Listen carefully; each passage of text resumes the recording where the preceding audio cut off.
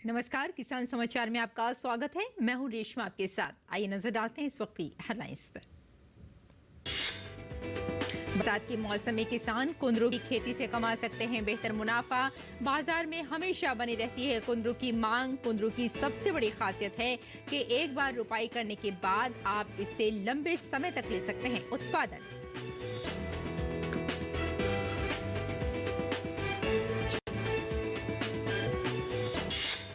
इंदिरा गांधी कृषि विश्वविद्यालय प्याज की लोकप्रिय किस्म भीमा शुभ्रा को किया तैयार। इससे किसानों को 42 टन प्रति हेक्टेयर मिलती है पैदावार। भीमा शुभ्रा किस्म छत्तीसगढ़, गुजरात, कर्नाटक, मध्य प्रदेश, महाराष्ट्र, उड़ीसा, राजस्थान और तमिलनाडु में खरीफ मौसम के लिए अनुमोदित।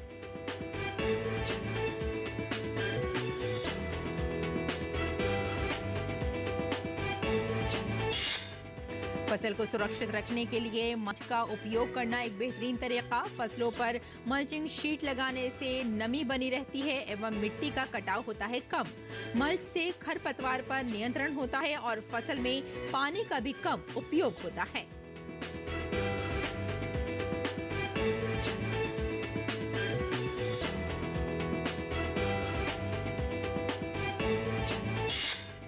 असम में बाढ़ की स्थिति चिंताजनक। 28 प्रभावित जिलों में लगभग 23 लाख लोग प्रभावित। मुख्यमंत्री लगातार प्रभावित इलाकों के दौरे पर।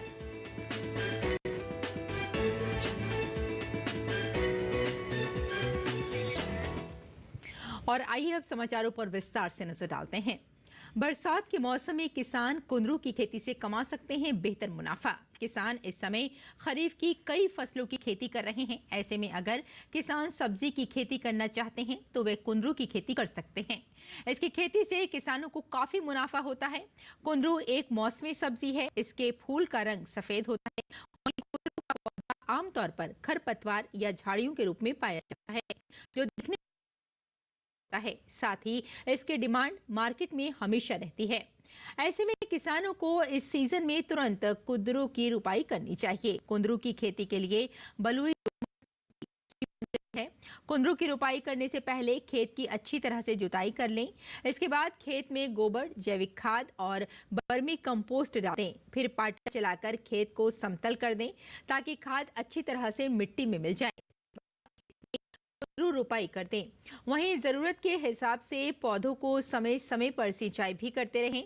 कुंदरू की सबसे बड़ी खासियत है कि एक बार रुपाई करने के बाद आप इससे लंबे समय तक उत्पादन ले सकते हैं। कुंदरू ऐसी सब्जी है जिसकी खेती में सिर्फ एक आप इससे कई सालों तक उत्पादन कि एक बार तुड़ाई के बाद वापस 10 से 15 दिन में इसके फल दोबारा उगने लग जाते हैं। चिकित्सकों की माने तो कुंदरू पौष्टिक तत्वों से भरपूर है। इसमें कैल्शियम, प्रोटीन, बीटा कैरोटीन और विटामिन ए पर्याप्त मात्रा में पाया जाता है। इसका नियमित सेवन करने से शरीर स्वस्थ रहता है। वहीं कुंदरू की जड़ों और पत्तियों का इस्तेमाल दवाई के रूप में भी किया जाता है। इसके रस पीने से मधुमेह रोगियों को काफी फायदा होता है।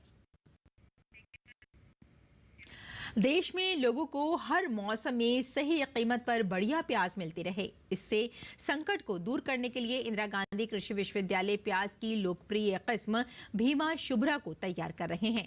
परियोजना से जुड़े कृषि वैज्ञानिकों के मुताबिक प्याज की 5 उन्नत किस्मों में से भीमा शुभ्रा प्याज की पैदावार छत्तीसगढ़ की जलवायु में अच्छी पाई गई है। खासकर खरीफ सीजन में इस प्याज की पैदावार लगभग 42 टन प्रति हेक्टेयर तक मिलती है। खरीफ में प्याज की खेती कम की जाती है, लेकिन इसके विपरीत कृषि विशेषज्ञों ने प्याज की फसल लगाई और सफल परिणाम मिले। इसी तरह अगर किसान इन इलाकों में प्याज की खेती करते हैं तो इससे प्याज का उत्पादन बढ़ेगा। सफेद प्याज की ये भीमा शुभ्रा किस्म छत्तीसगढ़, गुजरात, कर्नाटक, मध्य प्रदेश, महाराष्ट्र, उड़ीसा, राजस्थान और तमिलनाडु में खरीफ मौसम के लिए अनुमोदित की गई है। प्याज की सफल उत्पादन में भूमि की तैयारी का विशेष महत्व है। खेत की पहली जुताई मिट्टी पलटने वाले हल से करनी चाहिए। इसके बाद 2 से 3 जुताई कल्टीवेटर या हैरो से करें। प्रत्येक जुताई के बाद फावड़ा अवश्य चलाएं ताकि नमी बनी रहे और मिट्टी भी भुरभुरी हो जाए। जमीन की सतह से 15 सेंटीमीटर ऊंचाई पर 1.2 मीटर चौड़ी पट्टी पर रोपण किया जाता है। इसलिए खेत को रेज्ड बेड प्रणाली से तैयार करना चाहिए। वहीं किसान अपने खेतों में बीज बोने से पहले बीजों को बोवेस्टन से उपचारित करें। इसके लिए 2 ग्राम बोवेस्टन को 1 लीटर पानी में मिलाकर घोल तैयार करें और फिर इसे तैयार मिश्रण से 1 किलोग्राम प्याज के बीज को उपचारित करें।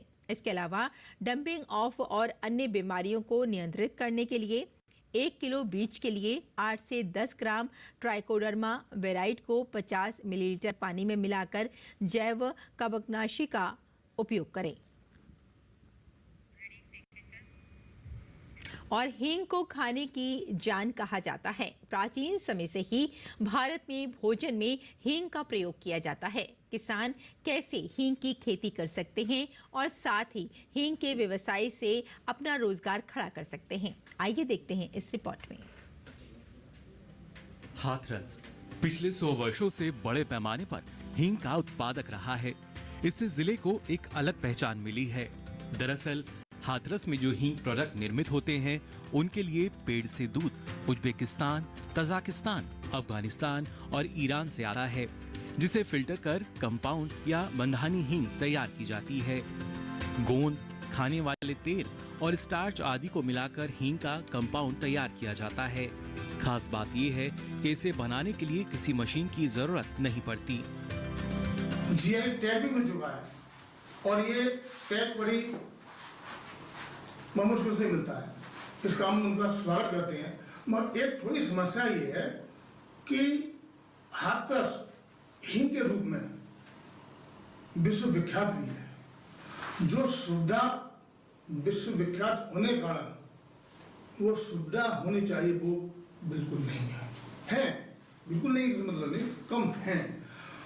थोड़ी सुविधा मिल जाए, जैसे कि रॉ मटेरियल हमारा बाहर से, हिंदुस्तान से बाहर से आता है, अफगानिस्तान, उज्बेकिस्तान, रूस के जो छोटी छोटी कंट्रियां हैं वहाँ से आता है। उसको हम लोग यहाँ मंगाने में असमर्थ हैं। आता है, कम ही लोग मंगा पाते हैं। ये दिल्ली और बम्बई आता है, तो इसकी ड्यूटी कम हो जाए। ओपीओडी के तहत जो हाथरस को जीआई टैग मिला है, जैसे नाम हो गया हींग का, उसके तहत थोड़ी सी ड्यूटी कम हो जाए तो ये हाथरस का हींग का काम चमकेगा और बहुत जगह माल भी जाएगा।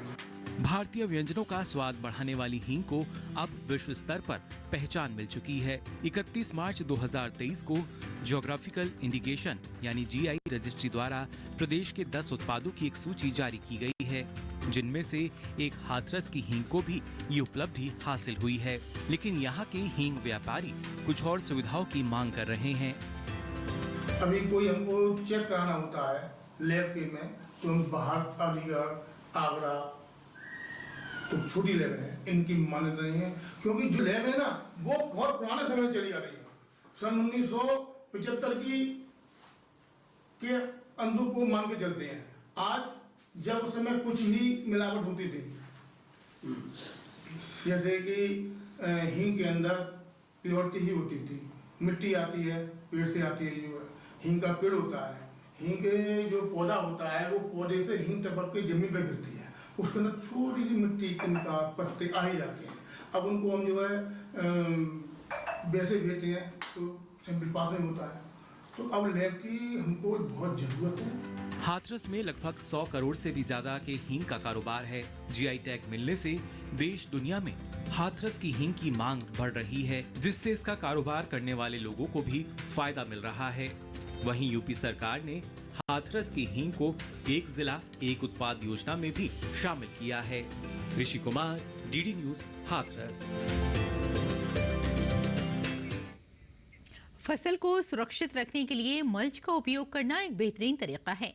फसलों पर मल्चिंग शीट लगाने से नमी बनी रहती है एवं मिट्टी का कटाव कम होता है, खरपतवार पर नियंत्रण होता है और फसल में पानी का भी कम उपयोग होता है, जिससे उपज में वृद्धि होती है। किसानों को बता दें कि पलवार या फिर मल्च एक पतली प्लास्टिक की फिल्म होती है। इसका प्रयोग खेती में खरपतवारों से फसलों को होने वाली हानि से बचाने के लिए किया जाता है। अगर आप अपनी फसलों को खरपतवार मुक्त रखकर फसलों से अधिक उपज प्राप्त करना चाहते हैं तो आप इसके लिए अपने खेत में मल्चिंग तकनीक का इस्तेमाल जरूर करें।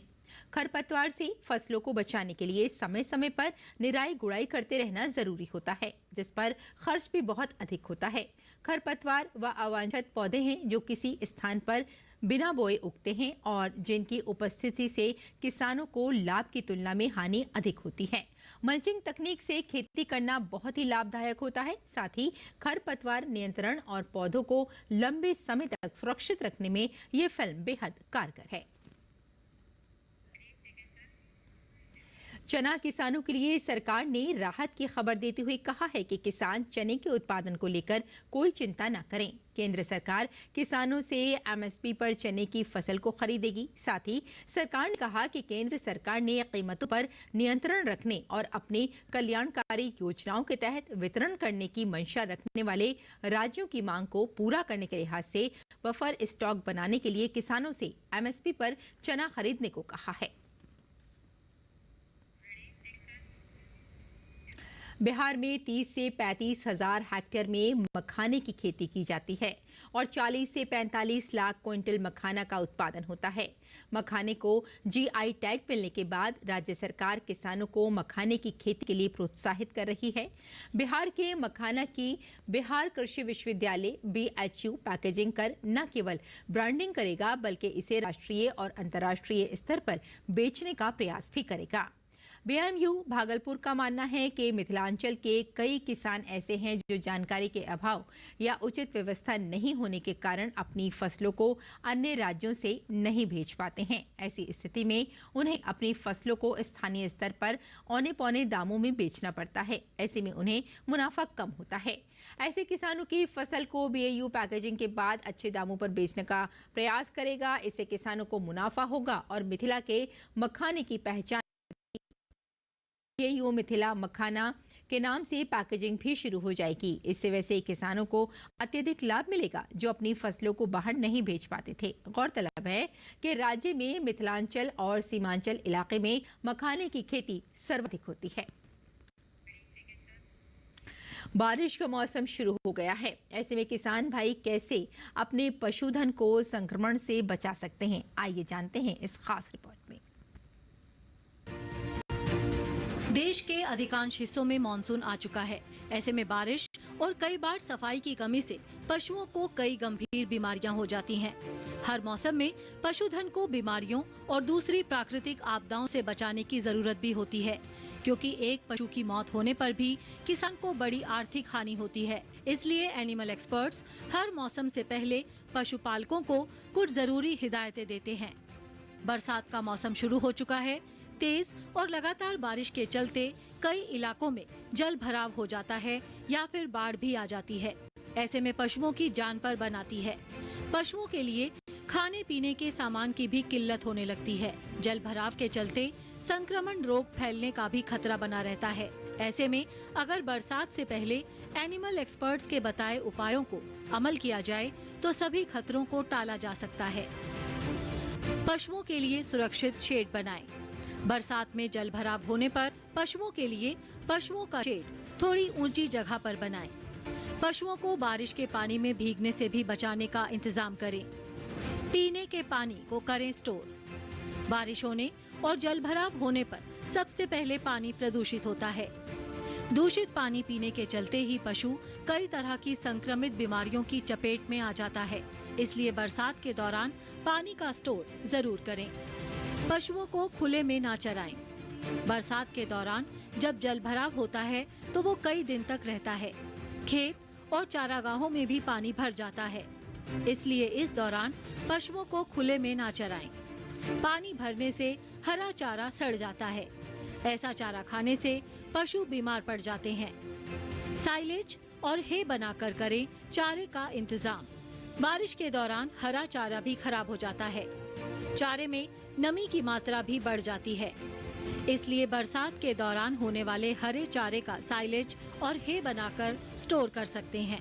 साथ ही इस दौरान पशुओं को सिर्फ हरा चारा ना खिलाएं, उसमें सूखा चारा जरूर मिला लें। वैक्सीनेशन जरूर करा लें। बरसात और जल भराव के दौरान पशुओं को कई जानलेवा संक्रमित बीमारी होने का खतरा। पहले से ही पशुओं को डॉक्टर की सलाह पर जरूरी वैक्सीन लगवाएं। पशुओं में बहुत सारी ऐसी बीमारी हैं जिनका इलाज नहीं, सिर्फ रोकथाम है। पशु की टैगिंग जरूर कराएं। बरसात के दौरान दुधारू पशु के लिए रजिस्ट्रेशन यानी टैगिंग कराना बहुत जरूरी। पशु की टैगिंग से हर तरह की सरकारी मदद मिलने में आसानी रहती है। पशुओं का वैक्सीनेशन आराम से हो जाता है। बीमा होने और बीमा की रकम मिलने में आसानी। पशु खो जाए या चोरी हो जाए तो मिलने में आसानी। सरकारी लोन वाली स्कीम मिलने में भी आसानी रहती है। Bureau report, DD news.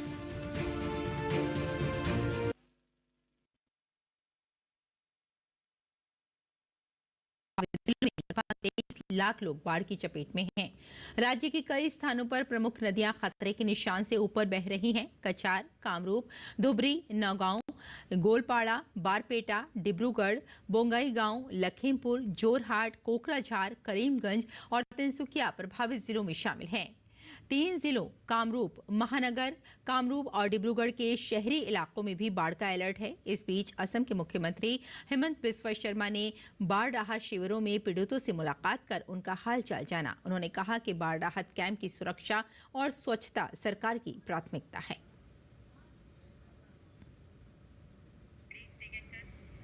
और किसान इस मौसम में कैसे रखें अपनी खेती का ख्याल, आइए जान लेते हैं।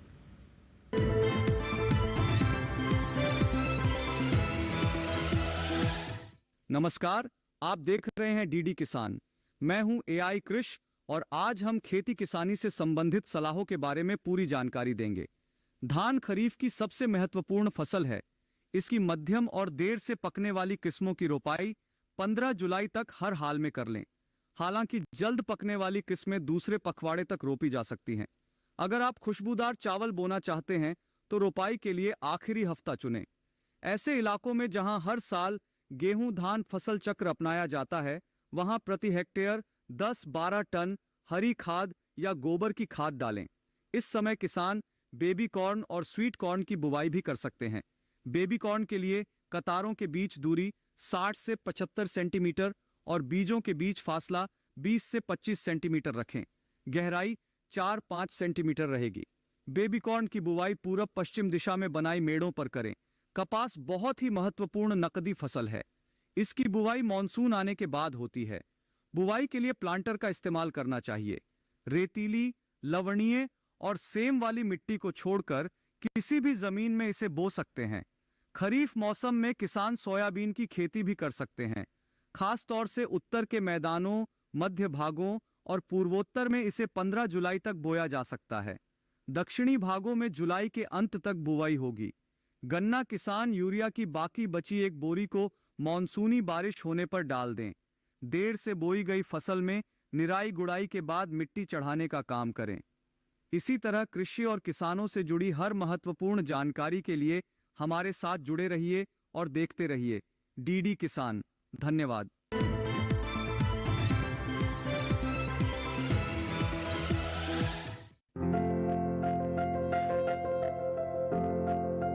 यह मौसम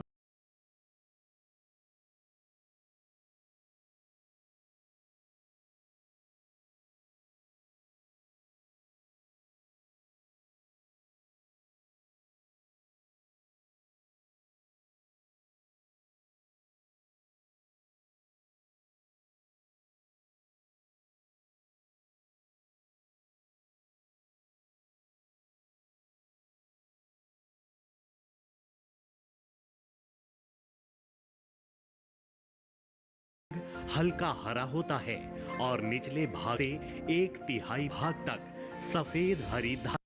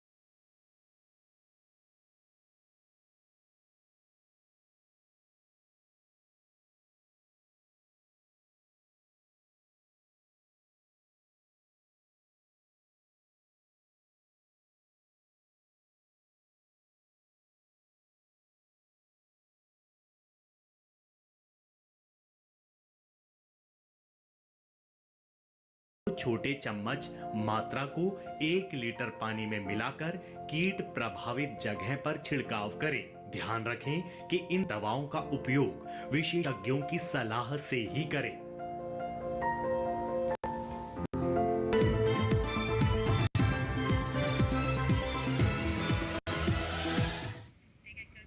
और खेती किसानी के साथ साथ आइए नजर डाल लेते हैं कुछ और महत्वपूर्ण खबरों पर। खास खबर में पंचकुला के पिंजौर के पास पहाड़ी क्षेत्र में हरियाणा रोडवेज की बस पलट गई, जिसमें 40 से ज्यादा स्कूल के बच्चे घायल हो गए। घायलों का पिंजौर के अस्पताल और पंचकुला के सेक्टर 6 नागरिक अस्पताल में इलाज चल रहा है। हादसे का कारण फिलहाल बस ड्राइवर द्वारा ओवर स्पीड बताया जा रहा है। बस में ज्यादा सवारियां होना यानी ओवरलोड और सड़क की खस्ता हालत भी हादसे का अतिरिक्त कारण बताया जा रहा है। झारखंड में भाजपा विधायकों ने राज्य सरकार के खिलाफ विरोध प्रदर्शन किया। रांची में राज्य विधानसभा के बाहर भाजपा विधायक हेमंत सोरेन के खिलाफ हाथों में तख्तियां लेकर पहुंचे। जम्मू कश्मीर में राजौरी के मंजाकोट इलाके में एक सैन्य शिविर के पास रविवार को कुछ राउंड गोलियां चलने के बाद सुरक्षा बलों द्वारा तलाशी अभियान जारी है। राष्ट्रपति द्रौपदी मुर्मू दिनों ओडिशा के दौरे पर हैं। राष्ट्रपति ने सोमवार सुबह सैर के दौरान समुद्र किनारे की कुछ तस्वीरें सोशल मीडिया प्लेटफॉर्म एक्स पर साझा की हैं। नेशनल टेस्टिंग एजेंसी ने CUET UG परीक्षा 2024 की आंसर की जारी कर दी है। छात्र NTA की आधिकारिक वेबसाइट से आंसर की डाउनलोड कर सकते हैं। उम्मीदवार 9 जुलाई तक आंसर की को चुनौती दे सकते हैं। आंसर की जारी होने के साथ ही 1 सप्ताह के भीतर परीक्षा परिणाम भी जारी होने की उम्मीद की जा रही है।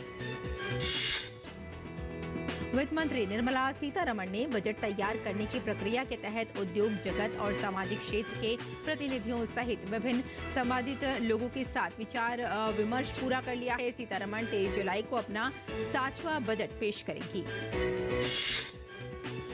जून महीने में 15,000 से अधिक कंपनियों ने भारत में अपनी यूनिट सेटअप करने के लिए पंजीकरण कराया है। इसमें कई विदेशी कंपनियां भी शामिल हैं, जो कि बड़ी संख्या में इंफ्रास्ट्रक्चर में उपयोग होने वाली मशीनें बनाती हैं। सार्वजनिक क्षेत्र के पंजाब एंड सिंध बैंक ने चालू वित्त वर्ष में देश भर में 100 नई शाखाएं खोलने की योजना बनाई है। भारत में छोटे दुकानदारों और फर्म की ओर से ऑर्डर लेने या देने के लिए बड़ी संख्या में डिजिटल माध्यम का उपयोग किया जा रहा है। इसकी वजह यूनिफाइड पेमेंट इंटरफेस जैसी सुविधाओं का समाज के अंतिम व्यक्ति तक पहुंचना है। श्री अमरनाथ यात्रा के 5,803 तीर्थ यात्रियों का एक और जत्था श्रीनगर से बालटाल और पहलगाम मार्गों के लिए रवाना हुआ।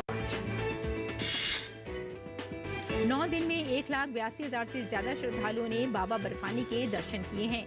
मौसम विभाग ने दोनों यात्रा मार्गों पर आंशिक रूप से बादल छाए रहने और दिन में रुक-रुक कर हल्की बारिश की संभावना जताई है।